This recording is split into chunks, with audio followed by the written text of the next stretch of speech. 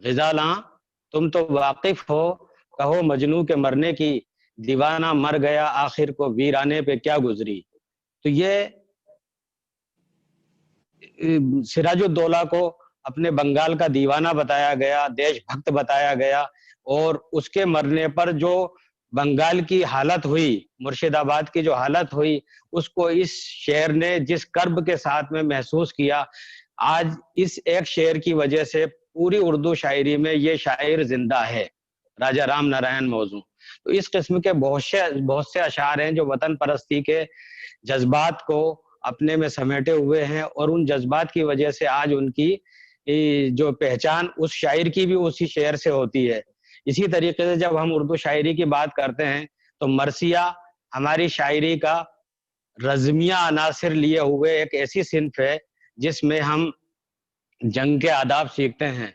جنگ کے آداب کربلا کے واقعات میں 72 آدمیوں کو مارنے کے لیے جس طریقے سے یزیدی لشکر نے حملے بولے، اس یزیدی لشکر نے 3 دن تک جس طریقے سے ان لوگوں کو بھوکا پیاسا رکھا، اس بھوک پیاس کے عالم میں بھی انہوں نے اپنی اخلاقی قدروں کو نہیں چھوڑا.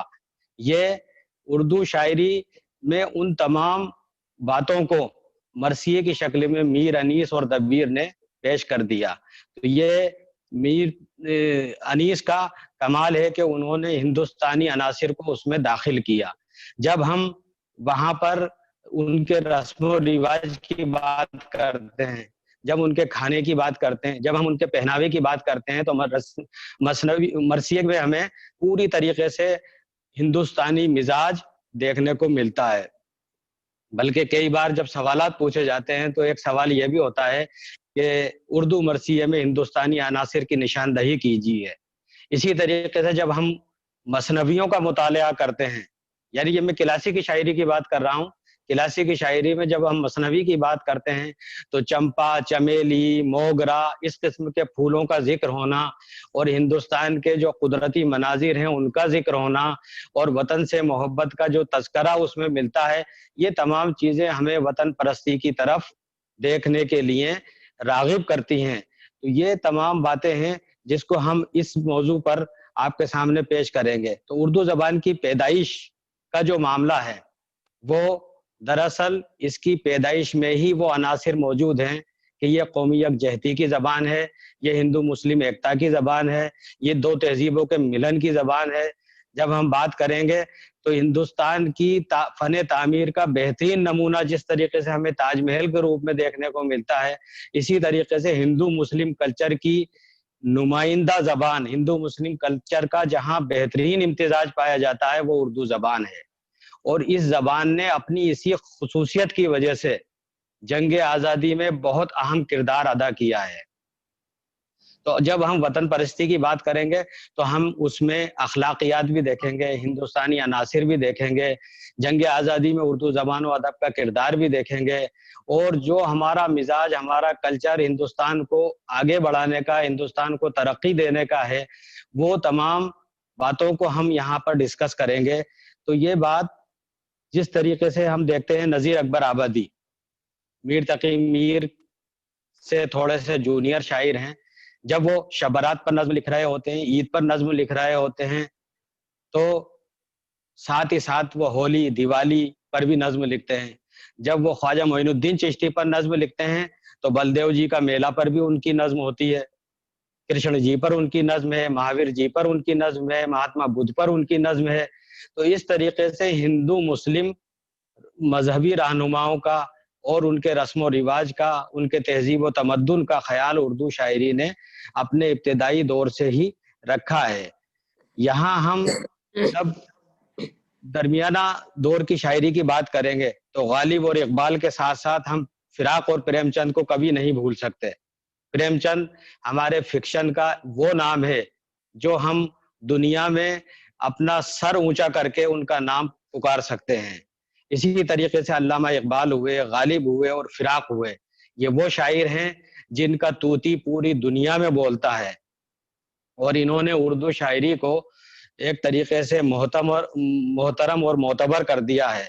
میر تقی میر کا وہ شعر، راہ سب کو ہے خدا سے، جان اگر پہنچا ہے تو، ہو طریقے مختلف کتنے ہی منزل ایک ہے.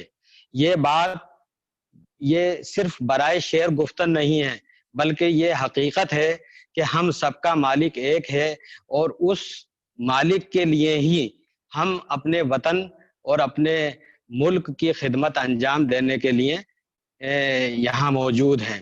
بہادر شاہ ظفر ہندوستان کا آخری مغل تاجدار جنہوں نے پورے ہندوستان میں راجا رجواڑے جو انگریزوں کے مخالف تھے انہوں نے ان کو اپنا سردار بنایا. 70 سال سے اوپر ان کی عمر تھی اور انہوں نے اس کی سربراہی کو قبول کیا. انگریزوں کے خلاف جنگ کا اعلان کیا.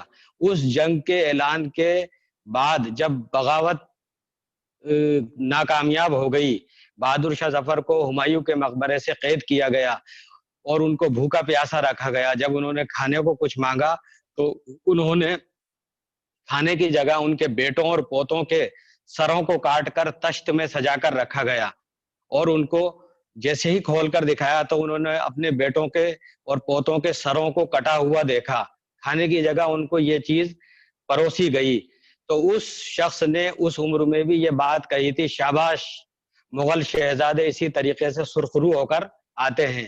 یہ اس زمانے کا جذبہ تھا کس طریقے سے قوم کے بادشاہ سے لے کے فقیر تک انگریزوں کے خلاف کھڑے ہوئے تھے. اور ان کی یہ ایک کچھ اشعار ہیں بہادر شاہ ظفر کے جو آپ لوگوں کو شاید پسند بھی آئیں گے. گئی یک بیک جو ہوا پلٹ نہیں میرے دل کو قرار ہے. یہی گئی یک بیک جو ہوا پلٹ نہیں میرے دل کو قرار ہے. کروں اس ستم کا میں کیا بیاں میرا غم سے سینہ فگار ہے. یوں رعایا ہند کی تباہ ہوئی کہوں کیا اس پہ جفا ہوئی. جسے دیکھا حاکم وقت نے کہا یہ بھی قابل دار ہے. نہ تھا شہر دلی یہ تھا ایک چمن کہوں کس طرح کا تھا یہاں امن. جو خطاب تھا سو مٹا دیا فقط اب تو اجڑا دیار ہے. یہ بہادر شاہ ظفر کے وہ شعر ہیں جو ان کے اندرونی کرب کو پیش کرتے ہیں. ایک سلطان کے ساتھ میں ان انگریز ظالموں نے کیا رویہ اختیار کیا کہ اس کو اپنے محبوب کے کوچے میں دفن ہونے کے لیے 2 گز زمین بھی نہیں دی گئی. اس پر بہادر شاہ ظفر نے کہا تھا کتنا بد نصیب ہے ظفر دفن کے لیے 2 گز زمین بھی مل نہ سکی کوئے یار میں. اور ان کو رنگون بھیج دیا گیا. وہاں پر وہ قسم پرسی کی حالت میں ان کا انتقال ہوا. اور ابھی ہمارے پردھان منتری جی 1 سال 1.5 سال پہلے کورونا سے پہلے جو ہے ان کے مزار پر گئے تھے اور اس مزار کی زیارت بھی کر آئے تھے. تو آج یووا دیوس کے موقع پر جب ہم ان شہیدوں کو ان وطن پرستوں کو یاد کر رہے ہیں تو اس وطن پرستی کی فہرست میں اردو زبان کا درجہ میں سمجھتا ہوں کہ سب سے اول درجہ رہے گا, کیونکہ ہندوستان کی کوئی زبان ایسی نہیں ہے جس کی نظموں اور غزلوں پر اتنی بڑی تعداد میں انگریزوں نے بین لگایا ہو.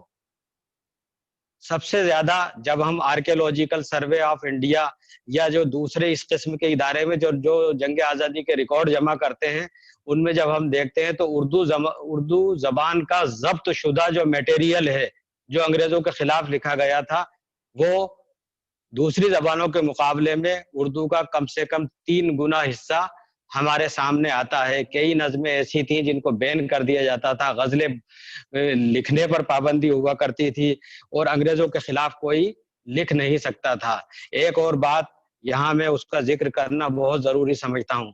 کالے پانی کی سزا جن لوگوں کو ملی اس میں اردو کے شاعر بھی موجود تھے.